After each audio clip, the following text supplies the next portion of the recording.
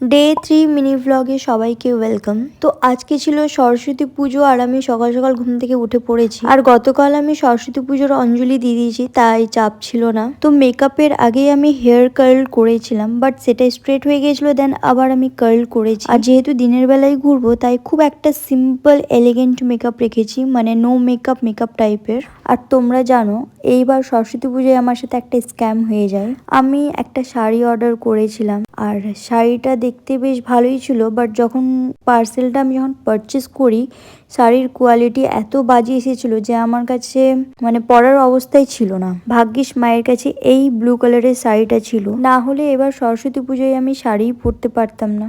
আর ইয়াররিংটাও মিশো থেকে আমি পারচেস করি, খুব সুন্দর এসেছিল। And here is my final look. তোমরা অবশ্যই কমেন্টসে জানাও কেমন লাগছে আমাকে দেখতে। দেন আমি বেরিয়ে পড়ি আমাদের কলেজে, সেখানে ভিডিওস করলাম, ফটোস ক্লিক করলাম। তো আমার মিনি ভ্লগগুলো তোমাদের কেমন লাগছে তোমরা অবশ্যই জানাও। ভালো লাগলে লাইক শেয়ার করো।